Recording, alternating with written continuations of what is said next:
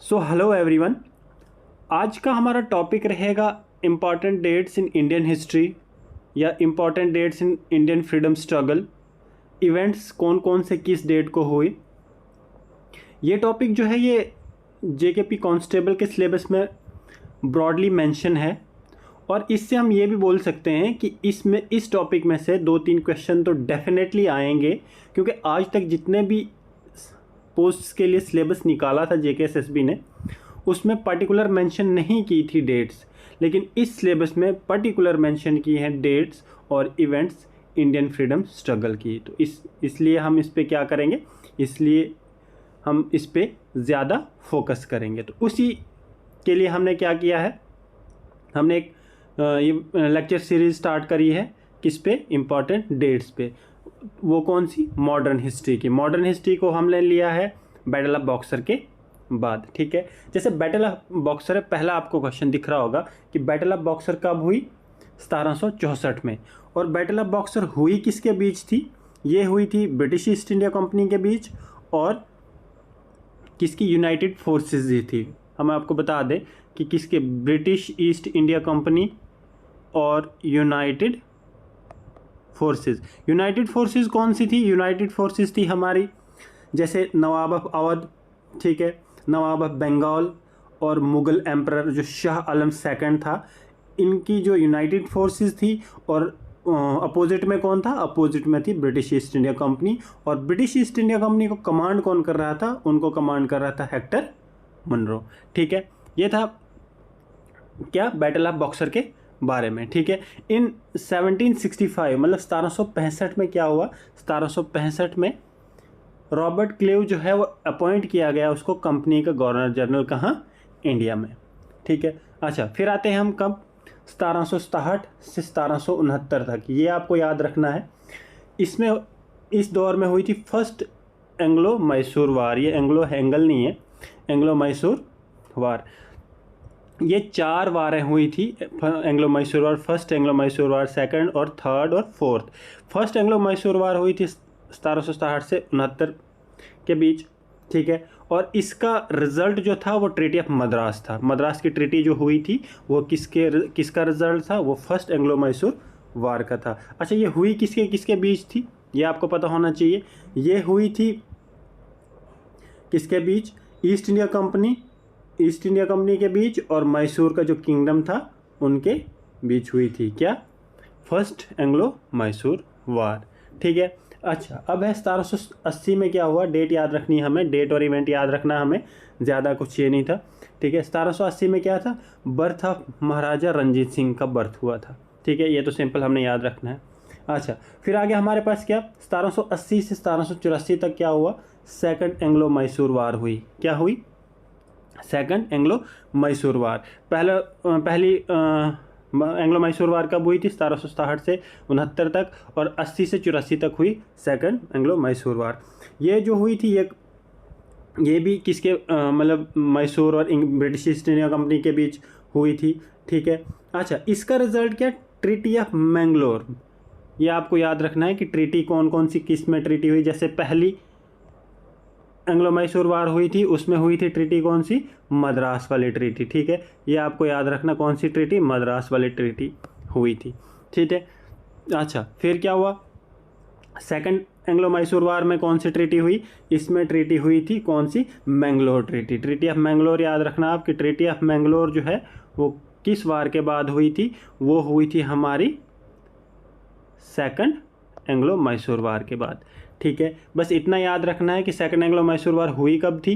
ठीक है, और इसके रिजल्ट में या इसके कॉन्सिक्वेंस में ट्रीटी कौन सी हुई थी, ट्रीटी हुई थी हमारी कौन सी, मैंगलोर वाली ट्रीटी। और एक और याद रखना पॉइंट इसमें याद रखना कि जब ये सेकंड एंग्लो मैसूर वार हुई थी तब हमारे जो गवर्नर जनरल थे इंडिया के वो थे वर्न हेस्टिंग। ठीक है, वर्न हेस्टिंग जो थे वो गवर्नर जनरल थे किस टाइम, जब सेकंड एंग्लो मैसूर वार हुई थी। ठीक है, ये मेन पॉइंट आपको याद रखने हैं और डेट्स याद रखनी है। ठीक है, अब आगे हमारे पास 1784 Pitt's India act. Pitt's India act कब आया था, यह आया था हमारा 1784 में। 1784 में अच्छा पिट्स इंडिया एक्ट आया क्यों था? ये आया था जब हमारा रेगुलेटिंग एक्ट आया था ना, रेगुलेटिंग एक्ट लाया था कब? 1773 में। उसमें जो कमियां रही थी उनको पूरा करने के लिए लाए थे किसने? ब्रिटिश इंडिया कंपनी ने। कौन सा? या ब्रिटिश गवर्नमेंट ने पिट्स इंडिया एक्ट। ये कब आया था? 1784 में। तो ये क्या, ये ब्रिटिश पार्लियामेंट में एक्ट पास हुआ था जिसमें क्या था, जिसमें जो कमियां रही थी रेगुलेटिंग एक्ट 1773 में, ठीक है, रेगुलेटिंग एक्ट जो 1773 का, उसमें जो कमियां रही थी उसको पूरा करने के लिए इसको लाया गया था। जैसे कमियां क्या थी? सेपरेशन ऑफ पावर्स को सेपरेट कर दिया पिट्स इंडिया एक्ट में, ठीक है। ब्रिटिश गवर्नमेंट को जो फुली कंट्रोल डायरेक्ट कंट्रोल दे दिया, किस पे?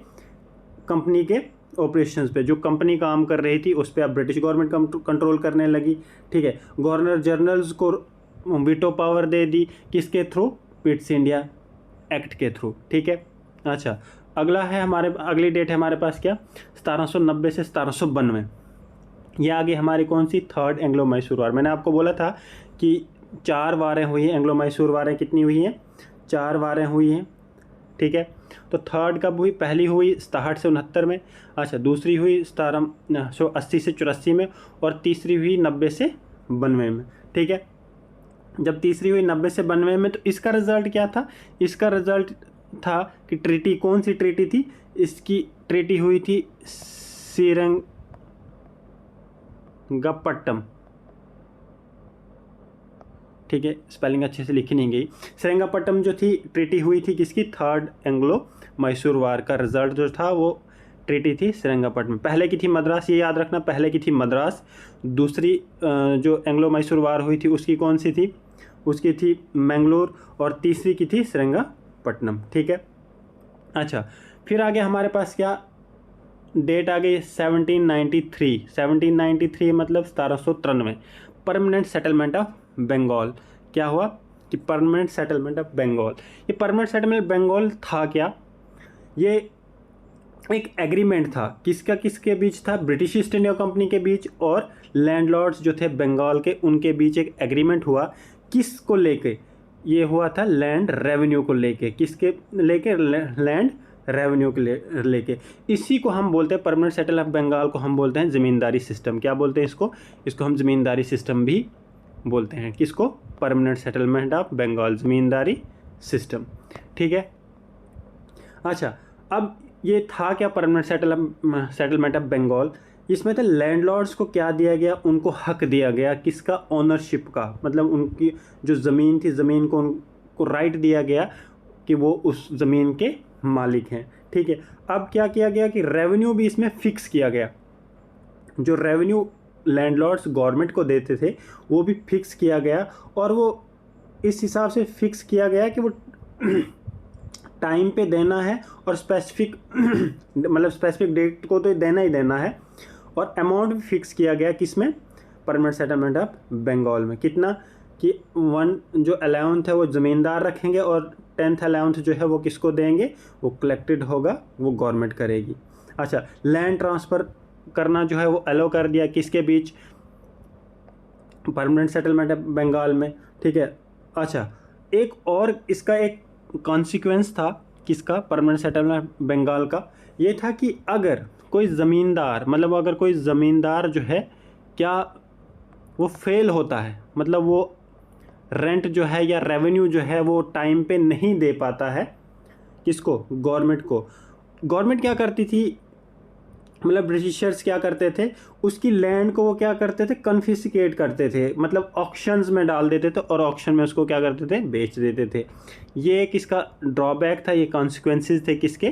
परमानेंट सेटलमेंट ऑफ बंगाल के, ठीक है। अच्छा, नीचे क्या है? अच्छा, आया कब था ये? इसकी डेट याद रखनी है आपने। परमानेंट सेटलमेंट बंगाल जो था वो 1793 में इम्प्लीमेंट हुआ था। 1799 में क्या हुआ कि ये अच्छा 4th एंग्लो मैसूर वार हुई, जिसमें डेथ हुई थी किसकी? टीपू सुल्तान की। किसकी डेथ हुई थी? टीपू सुल्तान। जब 4th एंग्लो मैसूर वार हुई 1799 में, इसमें क्या हो कि मैसूर को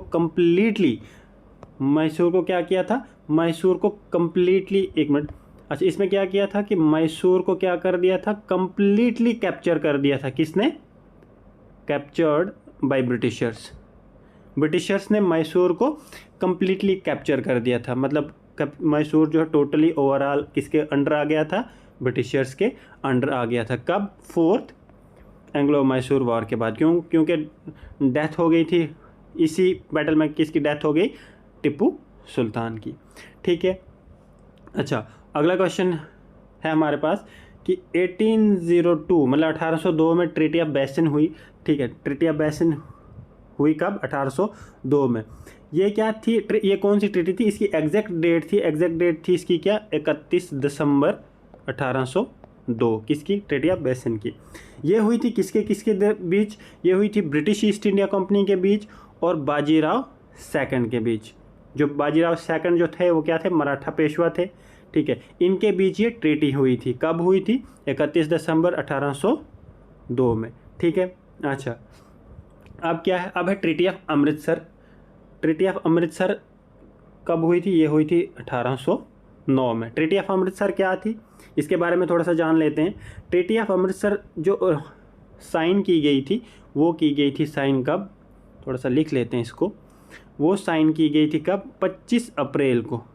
ठीक है, 25 अप्रैल 1809 को। अच्छा, हुई किसके बीच थी, ये हुई थी महाराजा रंजीत सिंह जो लीडर थे किसके, सिख एम्पायर के, और किसके बीच, चार्ल्स मेटकाफ के बीच। ठीक है, जो रिप्रेजेंट कर रहे थे ब्रिटिश ईस्ट इंडिया कंपनी को।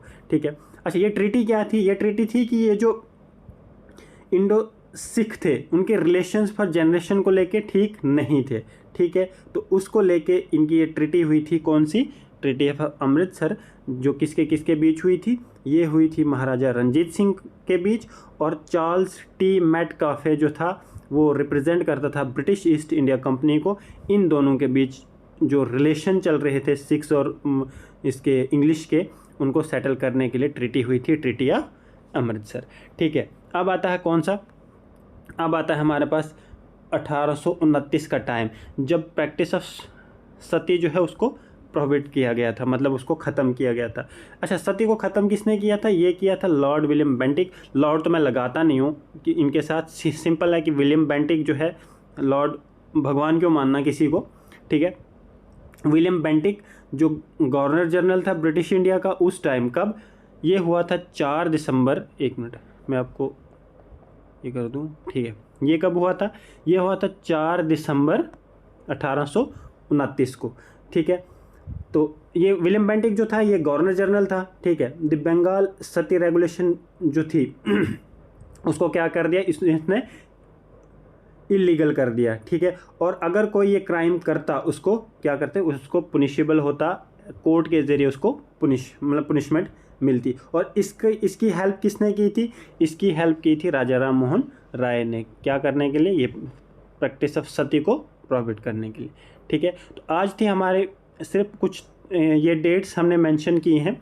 ठीक है, और इवेंट्स भी बोले, इन इवेंट्स के फर्दर जो डिटेल थी इन डेट्स को लेके वो भी हमने क्या की, डिस्कस की। आगे हम 1-2 लेक्चर और लाएंगे जिससे डेट्स और इवेंट्स जो है टोटली कंप्लीट कर देंगे हम, तो एक टॉपिक कंप्लीट हो जाएगा। और ये बहुत इंपॉर्टेंट है, मैं आपको फिर से बता दूं कि इंपॉर्टेंट टॉपिक है ये, क्योंकि JKSSB ने इसको प्रॉपर मेंशन किया है, सीधे मेंशन किया है कि इंपॉर्टेंट डेट्स और इवेंट्स, तो ये ज़्यादा इंपॉर्टेंट हो जाती हैं हमारे लिए।